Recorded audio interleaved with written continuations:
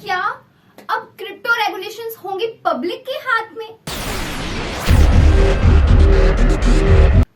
नमस्कार, स्वागत है आपका एक बार फिर से हमारे चैनल फिनस्टेट पे, जहां आपको मिलती है क्रिप्टो से जुड़ी हर छोटी बड़ी खबर। तो जानने के लिए जुड़े रहिए वीडियो के एंड तक।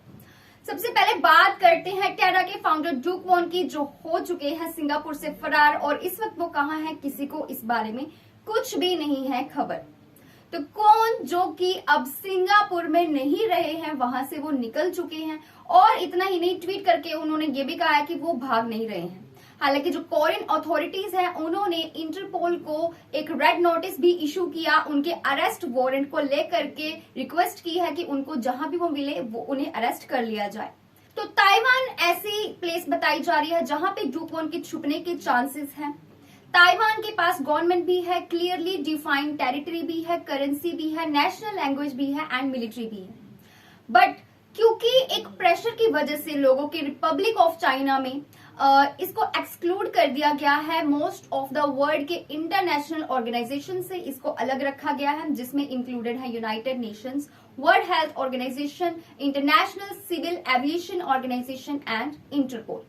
तो हो सकता है कि जो डू क्वॉन है, ये प्लेस को उन्होंने सिलेक्ट किया हो छुपने के लिए। लेकिन अब सोचने वाली बात यह है कि अगर ये कंट्री इंटरपोल से इसको एक्सक्लूड करती है, तो ये एक अच्छी जगह हम कह सकते हैं छुपने के लिए।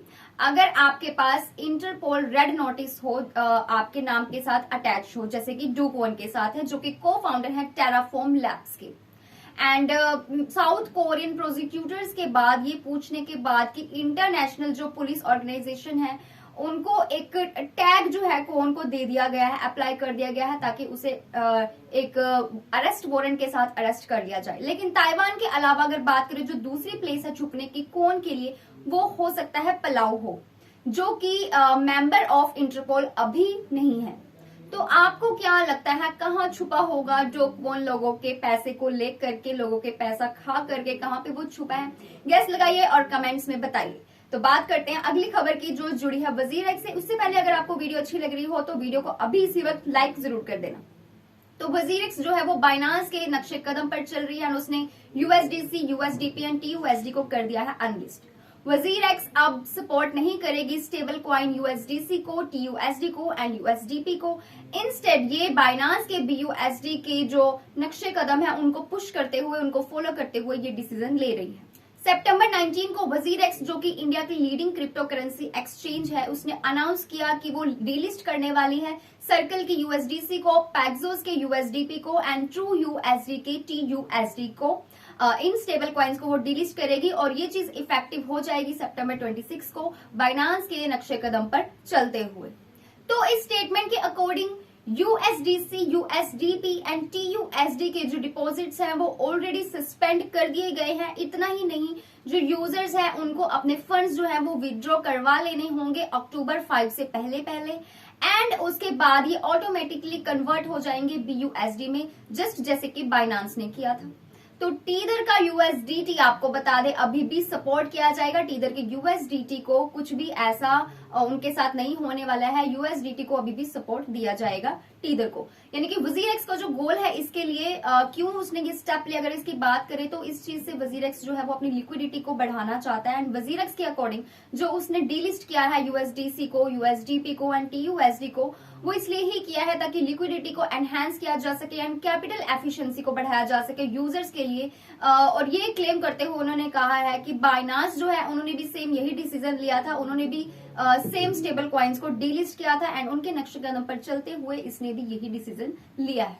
बात करें आज की बड़ी खबर की, जो आप लोगों से यानी पब्लिक से ही जुड़ी है। तो जो ट्रेजरी है उसने लोगों का इनपुट मांगा है ताकि वो क्रिप्टो रेगुलेशंस को एक शेप दे सके, एक आकार दे सके, एंड जिसमें इंक्लूड होंगे एनएफटीज एंड डीफाई। इनके लिए पब्लिक के कमेंट्स मांगे गए हैं। जी हाँ, ट्रेजरी के एक क्वेश्चन को डिजाइन किया गया है इस चीज के लिए, ताकि ये डिसाइड किया जा सके कि किस तरह से जो गवर्नमेंट है वो बेटर एड्रेस कर सकती है उन क्राइम्स को जो कि क्रिप्टो से जुड़े हुए हैं, क्रिप्टो को एसोसिएट करते हैं। तो यूएस ट्रेजरी ने आज इनवाइट किया है पब्लिक को कमेंट करने के लिए कि किस तरह से जो डिजिटल एसेट्स यानी कि क्रिप्टो करेंसीज है उन्हें यूज किया जाना चाहिए क्राइम के मामले में, एंड गवर्नमेंट को इन क्राइम्स के बारे में, इन क्राइम्स को लेकर के क्या करना चाहिए, क्या डिसीजन लेना चाहिए।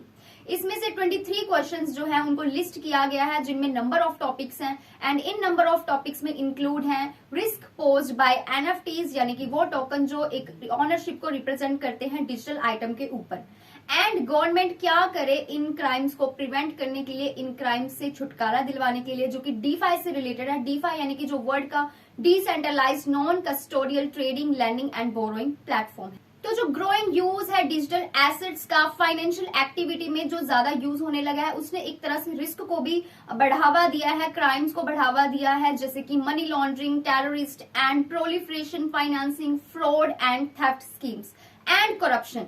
ऐसी चीजों को बढ़ता देखकर गवर्नमेंट चाहती है कि इन चीजों पर कंट्रोल किया जा सके। ट्रेजरी के डॉक्यूमेंट में ये चीजें कही गई हैं। इसके अलावा रिक्वेस्ट किया गया है पब्लिक को कि वो कमेंट करें इस चीज को लेकर के कि वो उनका इनपुट उनसे यानी कि पब्लिक का इनपुट मांगा गया है। जो सेंट्रल बैंक डिजिटल करेंसीज भी इसमें इंक्लूड की गई हैं, यानी कि सीबीडीसी जो सेंट्रलाइज्ड वर्जन है फियाट मनी का, जैसे कि यूएस डॉलर, जो कि गवर्नमेंट द्वारा ही कंट्रोल किया जाता है।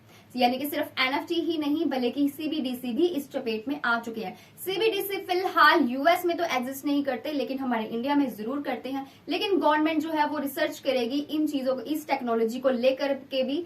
आज की डॉक्यूमेंट में कहा गया है कि किस तरह से जो ट्रेजरी है वो इनकॉर्पोरेट करेगी सीएफटी को, यानी कि combating the financial of terrorism को, एंड एएमएल यानी कि एंटी मनी लॉन्ड्रिंग को, इनके ऊपर किस तरह से कंट्रोल करने वाली है फ्यूचर सीबीडीसी के साथ। इसके साथ ही जो आंसर्स हैं वो मांगे गए हैं पब्लिक से, और इन क्वेश्चंस के जो आंसर्स हैं उनको रिसीव किया जाएगा नवंबर 3 तक। नवंबर 3 से पहले पहले ये आंसर्स जो है ये डिपॉजिट हो जाएंगे और रिसीव कर लिए जाएंगे।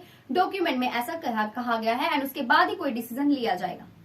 तो चलिए अब बात करते हैं क्रिप्टो करेंसी के प्राइजेस की। तो आज क्रिप्टो करेंसी, क्रिप्टो मार्केट एक बार फिर से गेम में है, जहां बिटकॉइन, इथीरियम एंड बाइनांस को बढ़ते हुए देखा गया।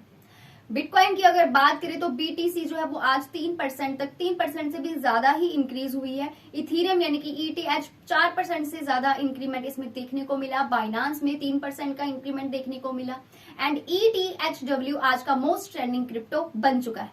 इसी के साथ अगर ग्लोबल क्रिप्टो मार्केट कैपिटलाइजेशन की बात की जाए तो वो 3% से भी ज्यादा ऊपर जा चुका है, एंड टॉप गेनर आज का बन चुका है एप कॉइन का, एप जो कि लगभग 17% से ऊपर गया। काफी अच्छी परफॉर्मेंस क्रिप्टो मार्केट की देखने को मिली है। वही टॉप लूजर की अगर बात करें तो वो है यूनिस एसईडी का लियो, जो कि 0.83% से नीचे गया।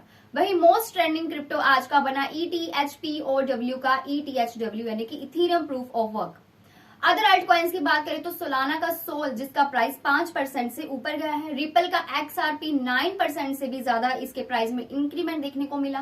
कार्डानो के एडीए में 2% से ज्यादा इंक्रीमेंट देखने को मिला। वहीं बाइनांस का बीएनबी 3% से ऊपर जाता हुआ देखा गया।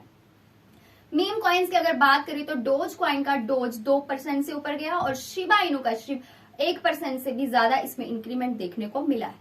कुछ अदर कॉइन्स में एवालॉन्च की अगर बात करें एवेक्स की तो 3% से ये कॉइन भी ऊपर गया। वही आवे ने भी आज गेन में ट्रेड किया है 6% के साथ। तो that's all for today's video. ये थी आज की news, crypto news. I hope आपको वीडियो अच्छी लगी होगी, इन्फॉर्मेटिव लगी होगी, यूजफुल लगी होगी। नीचे कमेंट सेक्शन में अपने पॉइंट ऑफ व्यू शेयर करना बिल्कुल ना भूलिए, एंड ऐसे ही डेली क्रिप्टो न्यूज के लिए, डेली अपडेशन के लिए जुड़े रहिए हमारे चैनल फिनस्ट्रीट के साथ। Stay tuned.